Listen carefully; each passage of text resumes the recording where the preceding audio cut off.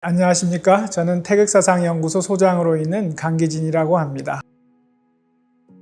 운이 좋은 사람들은 공통점이라든 그런 게 좀 있을까요? 있죠. 사람들이 이제 운이 좋아지고 싶다고 많이들 말씀하시는데 운 좋은 사람의 특징이 있습니다. 주역에 딱 한 구절로 명쾌하게 나와 있는 게 있는데, 주역에는 일단 기운과 흉운이 70대 30으로 존재합니다. 이 세상을 살다 보면 기란 일이 70%고 흉한 일이 30%니까 흉운이 닥쳤다고 너무 좀 낙담하지 마시고, 그러면 왜 기운과 흉운이 있는가, 우리가 이렇게 생각할 수 있습니다. 왜 이 하늘이 창조한 이 세상이 온통 기운만 있으면 좋은데 왜 흉운이 있느냐, 이런 의문이 생기는데, 그거에 대해서 주역이 명쾌하게 한마디로 대답합니다. 운을 가져갈 만한 사람이 가져가도록 하기 위해서 흉운이 있다, 이렇게 말합니다. 뭐냐면 정한 마음을 지닌 사람이 이기도록 하기 위해서 흉운이 있는 것이다. 정한 마음이 뭐냐, 요새 아주 적당한 말이 생겼는데 뭐냐 하면 꺾이지 않는 마음입니다. 꺾이지 않는 마음을 지닌 사람이 이기도록 하기 위해서 흉운이 있는 것이다. 흉운이 없다면 이 세상이 어떻게 될까를 생각해 보면 약삭 빠른 사람이 복을 다 가져갈 겁니다. 그렇겠죠? 만약 뭘 하기만 하면 다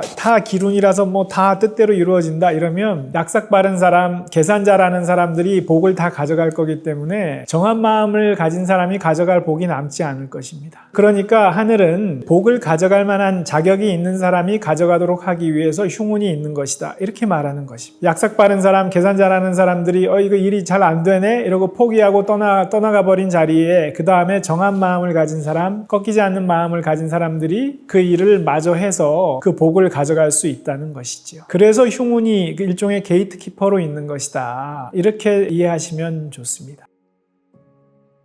운이 좋아지는 비결 첫 번째는 정한 마음을 지닐 것, 꺾이지 않는 마음을 지닐 것, 그게 첫 번째 조건입니다.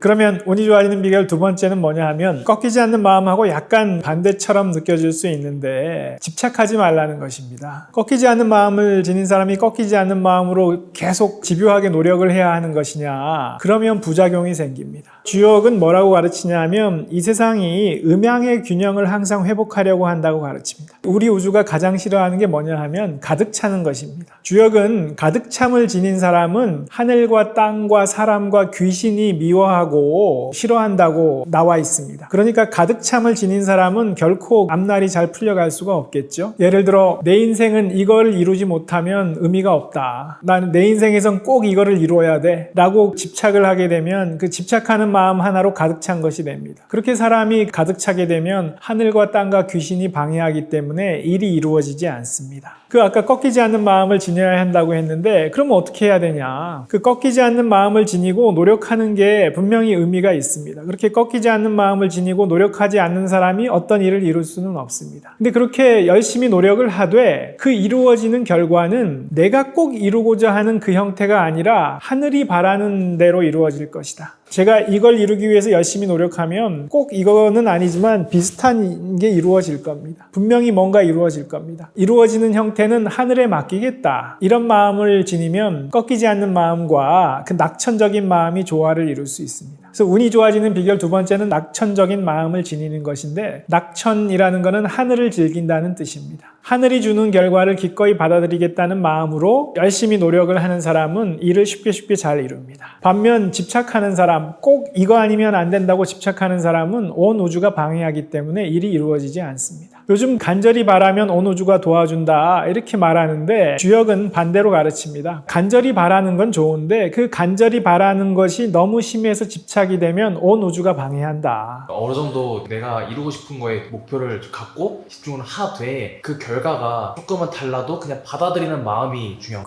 그렇죠. 맞습니다. 그렇게 마음을 비운 사람은 의외로 일을 쉽게 잘 이룹니다. 우리가 주변에서 저 사람은 참 정말 일을 금방금방 잘 이루네, 이런 사람들이 그런 낙천적인 마음을 가진 사람입니다. 세 번째는 결을 잘 타라는 것입니다. 주역은 기본적으로 이 세상의 결을 가르쳐줍니다. 이 세상 일이 결이 어느 방향으로 나 있는가를 가르쳐주는 게 주역의 64궤라고 할 수 있습니다. 세상에서 벌어지는 모든 일은 64가지 경우로 나눌 수 있고, 그 64가지 경우 각각의 그 결이 어떻게 나 있는가를 가르쳐줍니다. 그러면 그 결을 타고 나아가면 아주 스무스하게 잘 나갈 수 있겠죠. 다만 그 주역의 64궤의 결을 타는 거는 이제 주역을 본격적으로 공부해야 되는 것이고, 보다 쉽게 생활 생활에 활용할 수 있는 거는 첫 번째, 자기 자신의 결을 타야 됩니다. 자기 자신의 결을 타라는 거는 자기의 체질과 기질에 맞는 결을 타라는 것입니다. 쉽게 말하면 그 사상 체질이 있는데요. 사상 체질은 우리나라 이재마 선생님이 고안해내신 방법이죠. 주역의 64괴로 나누는 것이 좀 힘이 들기 때문에 주역의 사상으로 나누는 것입니다. 사상 체질에 대해서 한번 간략하게만 말씀드려보면 사상 체질 중에 태음인이 가장 많으세요. 태음인은 특징이 의리가 있습니다. 의리. 끊임없이 의리의 관계망을 넓혀갑니다. 그래서 나중에는 의리로 이루어진 성체를 구축하는 사람들이 태음인입니다. 그리고 태음인이 나중에 의리의 성체가 완성이 되면 다른 새 체질이 당할 수가 없습니다. 거대한 성체처럼 느껴지거든요. 그래서 태음인은 오래 해야지 승부가 나는 일을 해야 됩니다. 왜냐하면 의리의 그 관계망을 구축하는 데 시간이 걸리기 때문에 오랫동안 꾸준히 해서 나중에 승부 보는 일을 해야 됩니다. 태음인은 큰 조직에 들어가는 게 좋습니다. 왜냐하면 의리 있는 관계를 구축하는 게 장점이기 때문에 큰 조직에 들어가서 그 안에서 의리 있는 관계를 구축해가는 것이죠. 그래서 태음인은 혼자 장사를 한다, 자영업을 한다 이런 거 안 맞습니다. 태음인은 많은 사람이 있는 곳으로 들어가야 된다. 거기서 시간이 지나면 이 의리 있는 그 태음인의 특성이 점점점 힘을 발휘하면서 많은 사람들이 그 태음인을 좋아하게 됩니다. 그렇게 해서 그 관계의 그물망이 완성됐을 때 태음인은 자신의 역량을 가장 잘 발휘할 수 있다. 큰 조직에 들어가서 직원으로 시작해서 끊임없이 승진해서 나중에 CEO까지 하는 사람들이 태음인입니다. 그래서 가장 안정감이 있습니다. 또 승부가 늦게 나는 일을 해야 된다. 태음인이 가령 뭐 방송을 하겠다. 요즘 유튜버가 뜨니까 유튜브를 해서 좀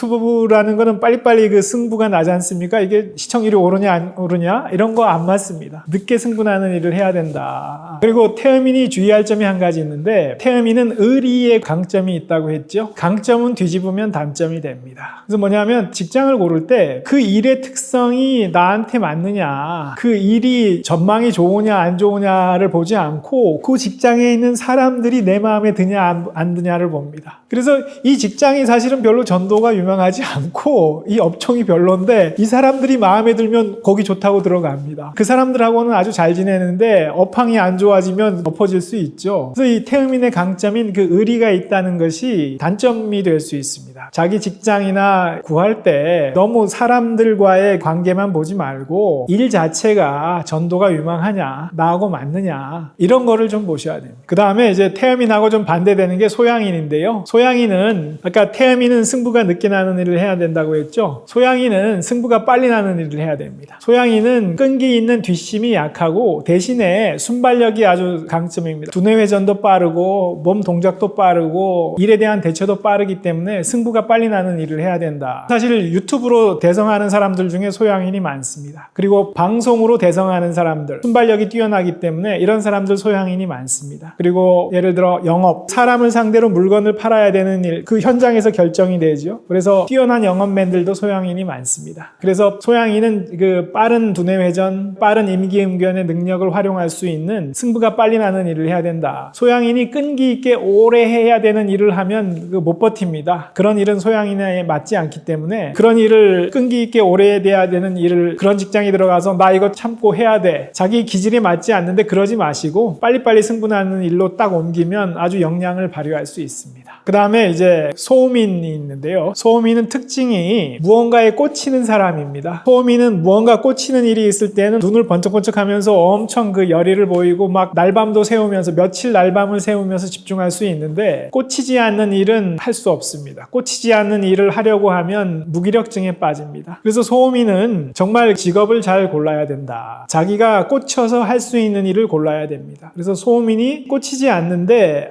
이거를 사회에서 그래도 좀 버젓한 직장이라고 알아주니까 저거 해야지라고 하면 평생 무기력증에 빠져서 정말 힘들게 삽니다. 그래서 소음인이라면 자기가 꽂히는 일을 해야 된다. 그리고 소음인은 한번 꽂히면 엄청 깊이 파들어갑니다. 그렇기 때문에 소음인은 엄청 깊이 파들어가는 일을 해야 되고 그렇게 깊이 파들어간 것이 결과로서 큰 차이를 나타내는 일을 해야 됩니다. 예를 들어 예술 분야, 학문 분야, 그 다음에 종교인, 철학자, 소음인들이 잘할 수 있는 일입니다. 요즘은 IT 프로그래밍이 소음인한테 잘 맞는 일입니다. 프로그래밍도 요즘은 깊이가 깊어져서 깊이 팠느냐 아니냐에 따라 결과가 확연히 차이 나기 때문에 소음인은 그런 일을 해야 됩니다. 왜냐하면 소음인은 대인관계가 약합니다. 소양인하고 태음인은 둘 다 대인관계에 강점이 있습니다. 소양인은 발빠른 대인관계에 아주 발빠르게 대처하는 순발력이 강점이고 태음인은 순발력은 없지만 끈기 있게 아주 의리 있는 그 관계망을 구축해 갑니다. 그렇지만 소음인은 둘 다 약합니다. 대인관계에 있어서는. 소음인은 대인관계가 약하기 때문에 아주 깊이 파들어가서 그 깊이 있는 지식으로서 승부하지 않으면 그 어떤 대인관계라는 것으로서는 그 성공할 수 없습니다. 그러니까 소음인은 깊이 꽂힐 수 있는 분야를 선택해서 그걸 깊이 파들어가서 실력을 갖춰야 됩니다. 그러면 성공할 수 있습니다. 그리고 소음인은 자기가 깊이 꽂힌 분야에서 무궁무진한 아이디어를 낼 수 있습니다. 아주 많은 아이디어가 풍부하다는 게 소음인이 강점이니까 자기가 꽂히는 분야를 잘 선택해서 깊이 파들어가면 무궁무진한 아이디어를 내서 그 아이디어로 성공할 수 있습니다. 마지막으로 태양인이 있는데요. 태양인은 특징이 뭐냐 하면 비전을 보는 사람입니다.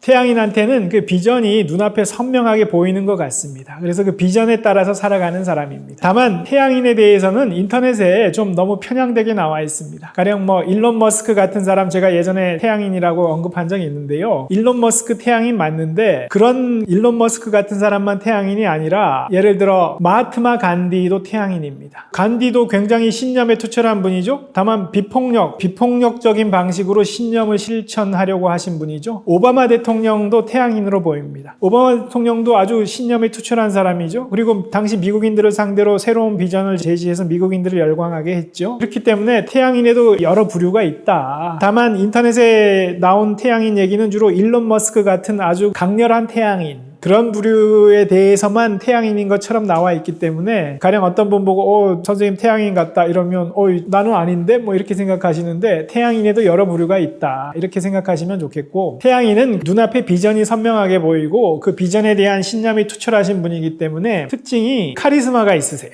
태양인은 카리스마가 있다. 그리고 말이 설득력이 있다. 왜냐하면 비전을 보고 그 비전에 투철한 신념을 가지기 때문에 그 신념을 바탕으로 말을 하고 설득하기 때문에 태양인의 말을 듣고 있으면 그 말에 빨려 들어갑니다. 그래서 정말 이 말이 맞는 것 같다. 그래서 태양인을 따라가게 됩니다. 그래서 리더십이 강하고, 근데 문제는 신념이 강하고 비전을 보기 때문에 조직 생활에 좀 안 맞아요. 특히 규율이 엄격한 조직에는 절대 안 맞습니다. 그런 곳에는 전혀 있지를 못합니다. 근데 태양인이 직장에서 크게 성공하는 경우가 있습니다. 규율이 잘 잡힌 직장인이 아니고 어떤 직장에 들어갔는데 직장이 관리 체계가 너무 허술한 겁니다. 그래서 이 태양인한테 엄청난 자율성이 주어져서 관리 체계가 허술해서 사원이나 대리인데도 사장처럼 행동할 수 있으면 그 직장에서 태양인이 대성합니다. 태양인이 사원, 대리, 과장인데 그 회사 자체를 일으켜 세우는 경우가 있습니다. 그래서 나중에 그 회사 사장이 너무너무 아끼는 신복이 돼서 직장에서 대성할 수 있는 것이죠. 그리고 나중에는 그 직장에서 독립해서 자기 사업 차릴 것입니다. 태양인은 규율이 강한 조직에는 맞지 않는다. 그래서 규율이 강한 조직에 있지 말고 규율은 느슨하고 자기 책임이 주어지는 조직에 들어가야 됩니다. 규율은 상대적으로 좀 희박하고 책임과 권한이 분명한, 자기한테 책임도 주어지고 그에 따르는 권한도 주어지면 태양인은 펄펄 날 수 있습니다. 아니면 독립해서 자기 사업해서 대성하는 사람들이 많죠. 요즘 IT 업계 거물들은 사실 태양인이 많은 것 같습니다. 일론 머스크만이 아니라 페이스북 창업자 저커버그, 그런 친구도 태양인인 것 같고, 아마존 창업자 이런 사람도 보면 태양인인 것 같고, 이렇게 해서 창업을 해서 대성할 수 있는 사람들도 태양인이다, 이렇게 말씀드릴 수 있겠습니다. 사상체질과 마음건강이라는 어플을 만들어 놓은 게 있습니다. 스토어에 들어가시면 있으니까 한 번씩들 해보시기 바랍니다. 자기가 타고난 체질, 기질에 맞는 방향으로 나가야 운이 좋아진다. 이게 자기 자신의 결을 타는 것이고, 두 번째는 상대방의 결을 탈 줄 알아야 됩니다.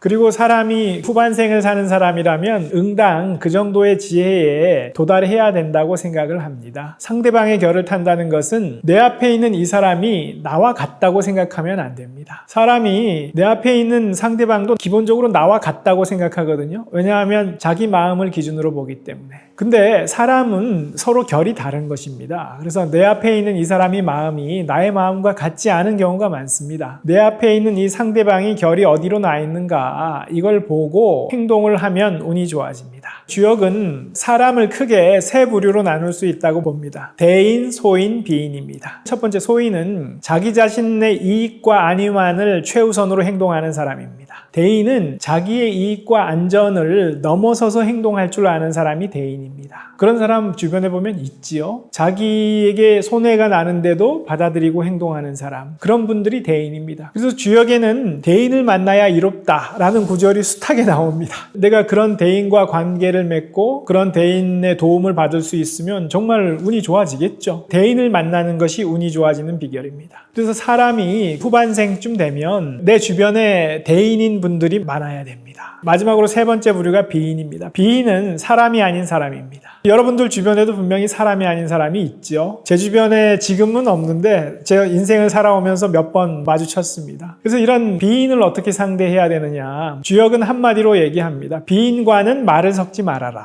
명쾌하게 한마디로 얘기하죠. 비인과는 말을 섞지 않는 것 외에 달리 방법이 없다고 얘기합니다. 그래도 사람인데 이 사람한테 내가 사정을 얘기하면 사정을 들어주겠지. 아니면 그래도 사람인데 타 잃으면 듣겠지. 이렇고 이렇지 않습니까? 라고 합리적으로 얘기하면 알아듣겠지. 이렇게 기대하고 비인과 말을 섞으면 나중에 기가 막혀서 할 말을 잃게 된다는 것입니다. 그런 꼴을 당할 뿐이기 때문에 비인과는 아예 말을 섞지 않는 것만이 비인에 대처할 수 있는 방법이다. 이런 비인을 알아보는 건 어떻게 알아볼 수 있을까요? 첫 번째는 이 세상에 대인, 소인, 비인이 존재한다는 생각을 가지고 있는 것입니다. 그 생각이 없는 사람이 꽤 많습니다. 제가 이렇게 지금 대인, 소인, 비인 구분에 대해서 말씀드리면 한 30% 정도는 그런 생각을 못 하십니다. 그냥 상대방이 다 내 마음 같다고 생각합니다. 그래서 이런 분들이 비인을 알아보는 방법은 나한테 하는 말을 보지 마시고 제3자한테 무심히 하는 말을 보시면 알 수 있습니다. 왜냐하면 이 사람이 나한테 뭔가를 얻어내고 싶을 때는 나한테는 온갖 감언이설을 하는데 제3자한테 얘기할 때 그 사람의 본성이 나오는 거거든요. 제3자한테 얘기할 때 어떻게 얘기하고 어떻게 행동하는지를 눈여겨보시면 그 사람이 정말 어떤 사람인지를 알 수 있을 것 같습니다. 제가 이렇게 비인에 대해서 말씀드리면 아주 가끔은 이 세상에 비인이 어딨냐, 내 주변에 그런 비인 없다, 이렇게 말씀하시는 분들이 가끔 있으세요. 근데 그런 경우는 그분이 비인일 확률이 높습니다. 그분이 비인일 경우에는 자기 주변에 비인이 없다.